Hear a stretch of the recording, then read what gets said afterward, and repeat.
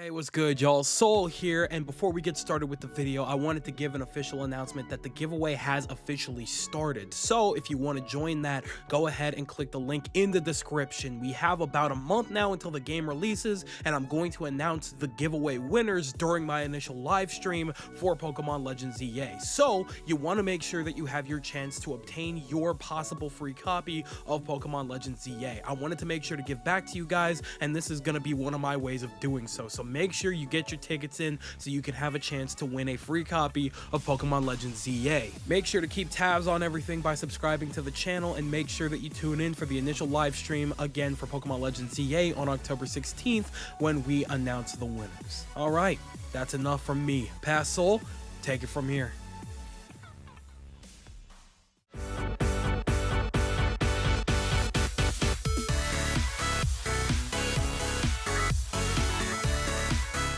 So you're gonna sit there and tell me that you have a perfectly good Dawnstone, ready to evolve your Kirlia, and you're not gonna use it because you want it to evolve more naturally? Yeah, okay. I know what you are. Hey, what's good, Joe? Soul here, and welcome back to my story mode. So when this video drops, you know that it is officially 2 weeks away until the release of Pokemon Legends CA. In between now and the last Direct, where they showed off a little bit of gameplay and even the Mega Evolutions for the Kalos starters, we've had a couple of teasers here and there showing off the game. But most importantly, they flew out a couple of creators to try out the Pokemon Legends CA demo at the Eiffel Tower of all places. So naturally, of course, a lot of them came back with opinions and thoughts on their gameplay experience. Anybody that knows me knows that I usually like to try and avoid a lot of trailers and major spoilers and leaks in the weeks leading up to a game because I want to try and be as surprised as possible. Obviously, that's a little bit harder with Pokemon because, you know, I am a Pokemon content creator. However, with all of the information dropped from these content creators and journalists, I figured, hey, you know what? Why don't we make a little spin on it and talk about some of my final predictions when it comes to a lot of these elements, when it comes to the mechanics, the story, and even the customization, because all of the information that we got did give a couple of hints here and there as to what we might be able to expect going into this game. I also just wanted to give my general predictions as to how people are likely going to feel about a lot of these things. And of course, I could be wrong in those predictions, but I just figured this would be a more fun way to talk about it than just generally going over everything, right? So why don't we go ahead and do that? What are you looking for? Don't tell me it's the drill. Buddy, you know it so well by now that I had to take it away from you and ship it to the Shadow Realm. You don't need it anymore, because you know it. Sit down, grab your Fanta, grab that bucket of pesto I know you have sitting around for your orange chicken, and let's make a couple of final predictions before Pokemon Legends ZA. Whoa, okay, Future Soul here. Just to update really quick, this is not a predictions video pretty much at all. I mean, we make a couple predictions on how people are going to feel here and there about the things that we mention here, but for the most part, it is pretty much just going over all of the new information that dropped in regards to the demo that people experienced in Paris. So I decided, you know what, let's just go ahead and fix this now. You'll hear me correct myself at the end of the video, but I wanted to clarify that just in case you were thinking of going into this video with a completely different expectation. The actual predictions video will be up next and very soon, so keep an eye out for that. Okay, Pass Soul, take it back.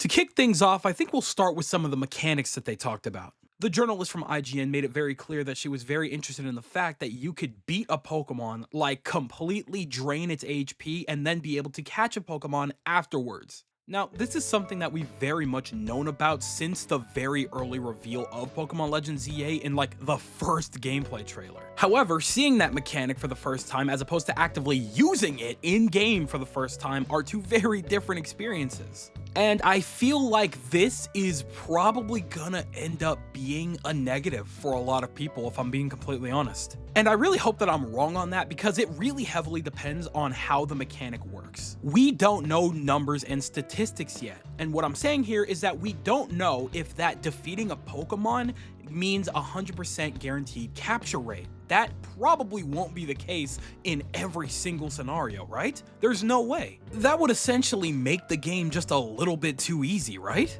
She did explain that you had a pretty limited window to actually go out of your way to catch the Pokemon, so if you don't have any Pokeballs on you or you wait too long to throw the Pokeball, I guess you just missed your chance and it just disappears. So, I mean, fair enough, I guess, but I don't know. Overall, I feel like it would have been more interesting to still try and catch the Pokemon during battle, but I mean, you know, if you have to beat it first, then fine. So we'll have to see how that mechanic plays out, but I have a feeling that's probably not going to play out well for like the more hardcore veteran players. We now have a mechanic that we know of called plus moves, which is essentially like the mega evolved version of a move, but on the Pokemon without having to mega evolve. Very interesting. This is probably going to be another strange one for a lot of people. I think we just need to have certain situations in which we can't mega evolve and we can only use plus moves, because otherwise there's really not much of a point to using plus moves, right? If it's going to drain power from my Mega Ring, why don't I just Mega Evolve all the way so that all of my moves are automatically plus moves anyway? Why would I waste time using a plus move on a Pokemon when I could just fully Mega Evolve after a certain period of time and just be able to completely decimate? At the very least, it'd have to be a pretty finite amount of energy that it's taking from the ring to justify us using it at all, because otherwise, that could probably end up being a very useless mechanic. Again, hopefully I'm wrong on that, but I don't know. Maybe you guys have a little more insight on that than I do. Another interesting thing that was talked about was the fact that you can apparently Mega Evolve back to back with no repercussions, essentially. In pretty much any game before this title, it was pretty much common knowledge that you could only Mega Evolve one Pokemon and you could only evolve it that one time during that battle. Because the mechanic essentially served as something of a super buff, it only made sense to kind of limit how much you could use that in one battle. Based on what they're saying here, essentially, if you gather enough Mega Energy to fill up your ring over and over and over again, you could pretty much Mega Evolve as many times as you want. You could be utilizing one Pokemon that's Mega Evolved, swap out to another one like Tyranitar or something like that, and Mega Evolve right then and there and just keep pelting the enemy. This also seems like it could be a mixed situation. However, I think that overall, based on something that we're going to talk about in a little bit here, that could turn out to be an extremely useful mechanic that could end up being something super tactical if utilized properly. And on top of that, this mechanic single-handedly makes it so that it's actually worth having more than one Pokemon that can Mega Evolve on your team at all times. Do you understand how much team rebuilding is gonna have to happen here because of that? There is generally no reason as to why you can't have 6 Pokemon that are capable of Mega Evolving on your team. If a battle is ever gonna actually last that long, outside of like raid battles probably, I actually have no idea. But it's gonna be probably in your best interest, if anything, to keep multiple Mega Evolving Pokemon with you. And that's awesome. Especially with all of the new Mega Evolved Pokemon that we're getting introduced to, it makes it so that I don't have to be stuck with one or feel bad for not utilizing others on my first playthrough, because I'll have a chance to use pretty much all of them at the same time if I really wanted to. So essentially, a team of Dragonite, Hawlucha, Victory Bell, and the Kalos starters wouldn't be an insane team by any means. If we're honest, I'm probably not gonna do that because I'm still waiting to see Scrafty's Mega Evolution, but, you know, just saying, if you wanted to do that, you absolutely can, and I wouldn't call you crazy for it. Others might, but I won't. Another thing that was slightly mentioned was the fact that research progress for the Pokédex is back and in shape. Don't get it twisted, there was a lot of things I liked about Legends Arceus. However, the Pokédex situation is what had me locked in non-stop for an entire weekend until I damn near 100%ed the game. They made it very clear that it's kind of worth going out of your way to do research progress because they kind of serve as their own little side quests in a way. I also imagine that a lot of like completionists and shiny hunters will want to complete that as well, because I have no doubt in my mind that that's likely again going to be how we get our shiny charm in this game. So yeah, I feel like doing the research progress will be one of the many ways in which we do need to progress through the game, but also primarily just how we get, you know, stuff that's going to help us throughout our journey. And it's going to be super useful and super addictive. I have no doubt in my mind. After that, another thing that was mentioned was the fact that we have these like challenge things or like battle cards that essentially give us specific instructions in the trainer zones, in which if we complete those challenges, we get like extra goodies and stuff like that. For example, you're likely going to come across a battle card that asks you to defeat a Pokemon in one shot before the battle even starts from another trainer, and if you do that, you get a bunch of extra like points or prizes or something along those lines, and it's likely going to be very much worth going out of your way to do something like that. So yeah, that's probably going to be super addicting to do, especially if we're profiting hella off of those challenges. So essentially like the BB points or the BP points from the DLC of Scarlet and Violet, except better, essentially. We love to see that. Another thing that was mentioned is that we're probably going to really enjoy the cafe aspect of this game. While we do know that there are still going to be Pokemon centers scattered around the city, there's also going to be cafes in which you can actively sit down with your Pokemon and order actual food with them and be able to take pictures with them and stuff like that. You get like little interactive like scenes with them and stuff like that, apparently. And that is incredible.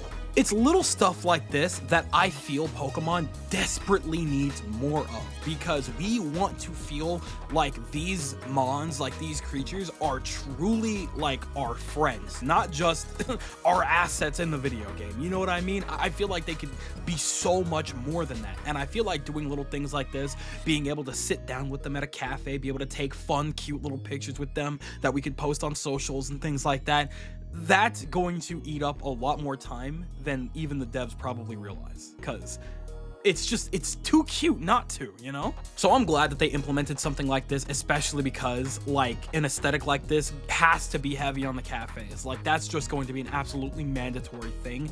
I do hope that we could actively go inside the cafes as well, not just sit outside if we can help that, but if we can't, we can't. But I imagine if they were smart, they actually, you know, delved into letting us go inside buildings again. So hopefully that's the case, but more than likely, probably not. Another thing that was brought up is that the idea of promotion matches are essentially set up like miniature gym leaders, which is totally fine. And honestly, I feel like after we've gotten used to it, I think this is gonna be a more preferable system than what we're used to, honestly. And that could just be me, because I do feel like we've been needing a major change of pace when it comes to stuff like this. But overall, I do like the idea that we do have to have a specific promotion match with a specific trainer somewhere, and that's going to lead us to our next actual rank, right? I mess with that very heavily. I just hope they don't scale back the difficulty of these trainers too much just because there's more of them, because I would really like to have genuine challenge going up to every rank. Like I want to feel like I earned it, you know what I mean? But I have made it very clear for a very long time now that I would prefer a ranking system as opposed to the gym challenge system for a long time. So this appeals to me like nothing else. You have no idea. Another thing that was brought up mechanic-wise that a lot of people seem to forget is that Pokemon are able to attack you, but now trainers operate the exact same way, right? And again, this is something that we've known for a very long time now, and it's a mechanic definitely inspired from Legends Arceus, where wild Pokemon will just like run up on you and start a fight, but now they can just start boxing immediately and do like genuine damage, and I love that so much. I've seen here and there that if you're not paying attention to your surroundings, they will run up on you and run hands like nothing else, and it will get you off guard, which is probably not very likely to happen with a lot of this game if we're completely honest, but I like the idea that it's possible. That's kind of all that matters to me. Even if it isn't like the strongest mechanic, I would prefer it if we could have trainers that hide behind trash cans and stuff like that and will just run up on you with an attack. That would be super sick, but I don't know. Again, we don't even know if that's even a possibility. It could be, but I highly doubt it, if we're honest. But between regular Pokemon, alpha Pokemon, and trainers attacking you whenever they feel like it, yeah, we're gonna have our hands full. And I love that very much. And then mechanics-wise, one of the last things people usually talked about at the end of their runtime with the demo is that they got the chance to fight against a rogue Mega Pokemon. It was against the Mega Victory Bell, and it was putting belt to ass if you're not careful. It's putting out a bunch of different stage hazards and things like that that you need to be mindful of when you're going up to attack. And even if you do have somebody else with you, it will definitely go back and forth between attacking you and the NPC that's fighting alongside you just perfectly fine. Like it will throw hands in every which direction, and you need to pay attention to what you're doing. This is probably where most of the strategy is going to come into play and where it's going to be most important, which is why you really do want to make sure to have those back-to-back, like I mentioned earlier, Mega Evolving Pokemon on your team, so that if you do lose one Pokemon and you can't go into your bag for a little while, because you can only go into your bag like a couple of times every, I think there's like a cooldown or something like that, I don't remember, but you know, if you can't revive immediately, you're gonna want to go out to a Pokemon that can Mega Evolve so you can at least stand a chance against the Mega Evolved Pokemon, because yeah, these things can definitely be a threat. So these are going to be very addicting, and I think this is probably going to be one of the best aspects in regards to Pokemon Legends EA, and I'm super excited about that. The last mechanic that I think I'm going to bring up here is the fact that people mentioned that there were certain obstacles that you needed certain Pokemon to either break or help you get through to get to new areas or to obtain specific goodies throughout the city. Now, I have mixed feelings on this, mostly because while I do think that overall it's a great idea to have it so that you do need to diversify your team to make sure that you have the proper tools to get through these obstacles, it's probably not going to lead to a situation in which we have any insane puzzles or anything like that that we can, you know, traverse through with certain Pokemon. It's just going to be a situational, oh, hey, you need a Pokemon with this, and you bust through that, and then that's kind of it. Right? Kind of like a Pokemon Ranger situation, which I think is still very much cool. But I don't want to get too overzealous about that concept or that mechanic. I think it's going to be a cool mechanic. I think it's going to be another one of those situations, again, where it helps diversify your team, much like the back-to-back Mega Evolving situation. You're going to want to have a lot of different types on your team so that you can get past these obstacles and get everything that you can out of Lumio City, whether it's going to a completely brand new area that you haven't been to before, or maybe getting to treasures or maybe other hidden Pokemon throughout the city.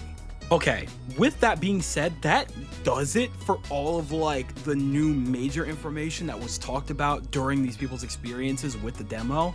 And I think it would be much smarter for me to completely transform this video into something else, because I'm now realizing that the rest of the stuff that I want to talk about are the actual predictions as opposed to like, you know, all of the information that we just talked about. I didn't think I was gonna get enough out of this to make a full video, but I did. So I think we're gonna be smart, leave it off there. I'm gonna make another actual final predictions video, probably to go up right after this or very soon after this one, and then we could talk more about that separately. That could be its own separate thing. So this is a transform video. What I'm gonna title this, I have no idea, but I'm gonna go ahead and end it off there. Overall, all of the information that they talked about in the demo, or at least like from the experiences of their time with the demo, is really interesting. It seems that a lot of people did have a genuinely pretty good time with the demo, and there were a lot of times where people were very honest about their feelings, like they're not entirely sure about a lot of the mechanics that were introduced here. But it's one of those things where we won't truly know how we feel about it until we spent hours upon hours with these mechanics to truly decipher how we feel about it. But who knows, maybe that's just me. So that just about does it for this one. I'm super sorry that this transformed into something else. When I'm editing, I'll make sure to clarify what's actually happening in this video. So we'll play it by ear, but for the most part, that just about does it for me. Before I sign off here, again, make sure that you participate in the official giveaway of Pokemon Legends EA that I'm hosting for the release day this month. I'm running it up till the 16th, where I'm going to announce the winners on my live stream when I inevitably stream Pokemon Legends EA when it drops on the 15th. So, or the night of the 15th. So make sure that you get your cards in for that. Link is going to be in the description. Make sure that you subscribe and things like that to keep up to date with the channel and the giveaway, and make sure that you get your chance to get it. So with that being said, I'm getting the hell out of here. Before I do, I'd like to hear you guys' thoughts on everything. Do you guys find any interest in all the mechanics and thoughts and experiences that were talked about in regards to the Pokemon Legends EA demo? Has it changed your mind on anything? Do you think that the game sounds and looks more potentially appealing to you and you can't wait for it when it inevitably drops this month or in 2 weeks specifically? Or are you on the opposing side? You don't really care. It doesn't really make that much of a difference to you. Everything that you've seen or heard so far just does not appeal to you, and it's just not a game for you. Tell me everything that you guys are thinking in the comment section below, because you know for a fact that I'm always going to be down there with you guys. But with that, it does appear to be Skedaddle Box. I'm going to go ahead and do exactly that. I'd like to thank you guys ever so much for watching. I truly do hope you enjoyed. Do me the greatest favor of dropping a like and a comment, and consider subscribing for more content just like this here. And with that, I'm gone. So thanks again, hope you enjoyed, and I'll be seeing you guys in the next video. Do me the greatest favor, taking good ass care, and I'll see you all next time. Bye! So Luna, can handle us. So cool, baby, scandalous. I'll show you what I'm talking about. So cool, baby, watch it now. It's a you. Can handle us.